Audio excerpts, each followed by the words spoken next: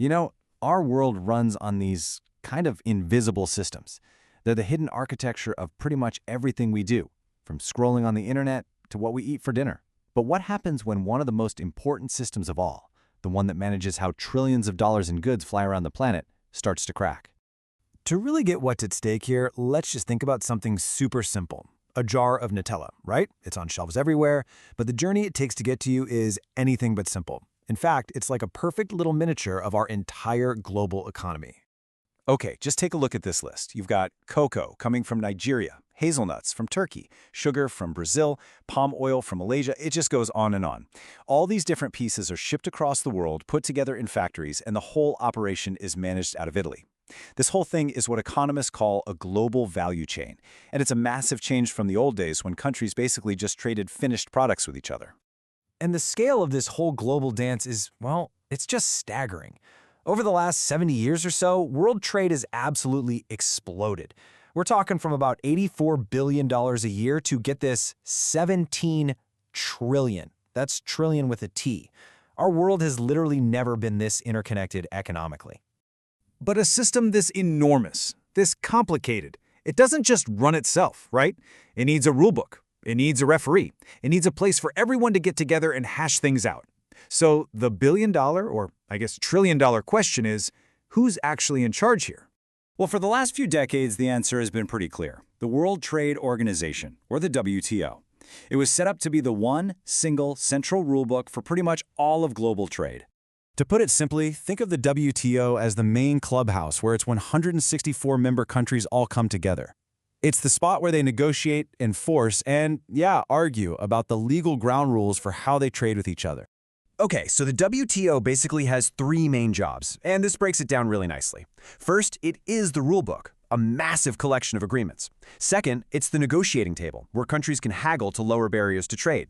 And third, and this is super important, it's the referee. It has a surprisingly powerful system to settle disputes when one country accuses another of cheating. And at the absolute core of that giant rulebook are two fundamental commandments. Think of them as the golden rules of trade. The first is most favored nation.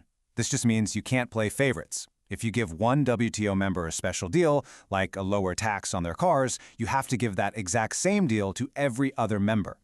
The second is national treatment. This one says that once a foreign product has legally entered your country, you have to treat it exactly the same as a homegrown product. No special taxes, no sneaky regulations. So, what's the big picture here? The whole point of this system was to create stability and predictability, to move away from a world of might makes right, where big, powerful countries could just bully smaller ones, and toward a system that's based on laws that everyone agrees to. And you know what? For a long, long time, it worked incredibly well.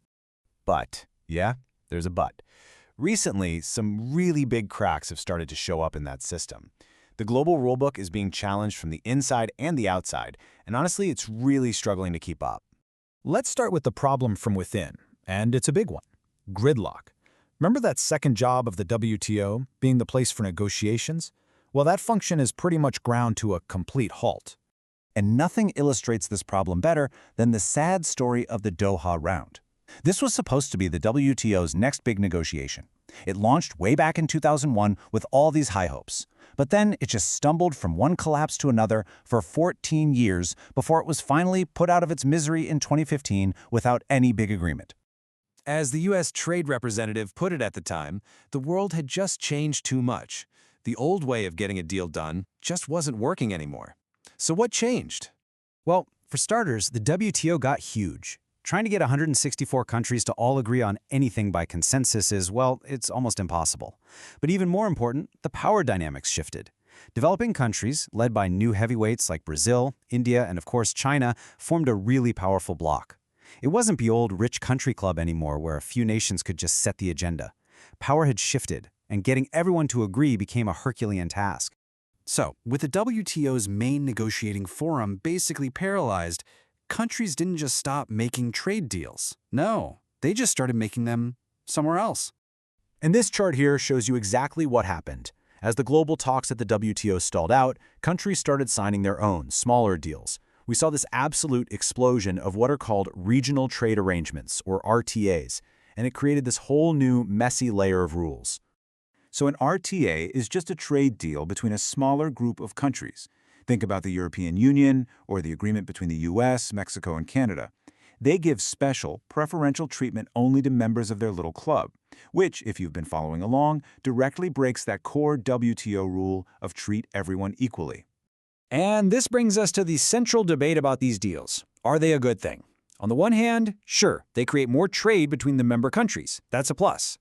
But on the other hand, they can also divert trade away from countries that are not in the club, even if those countries are more efficient.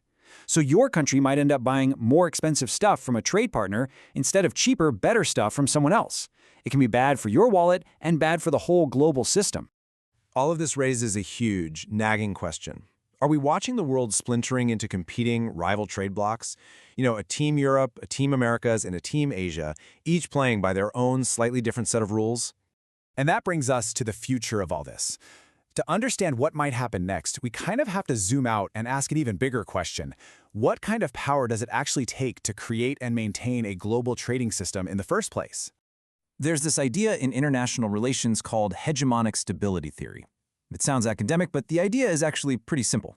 It says that for the world to have a stable, open system, like for trade, it often needs one single dominant power, a hegemon, a country that's so powerful and benefits so much from the system that it's willing to pay the costs of keeping the whole thing running for everybody.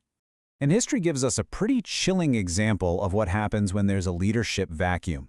In the early 20th century, as Great Britain's global power was fading and the United States wasn't quite ready to take the wheel, the system just fell apart. The result was the Great Depression, rising protectionism, and a catastrophic collapse in world trade. It was an absolute disaster. Which, of course, brings us right back to today. For more than 70 years, the United States has largely played that leadership role. It basically underwrote the whole system that created the WTO. But that American-led system is now being challenged in a big way by the rise of new economic powers, most obviously China. So this is where we are. The stable, predictable system is being challenged. At the exact same time, the referee for that system, the WTO, is struggling to get countries to agree on the rules, and the players are all running around writing their own separate rulebooks. So the question we have to leave you with is this: are we watching that single global rulebook being torn up before our very eyes? And if so, what on earth comes next?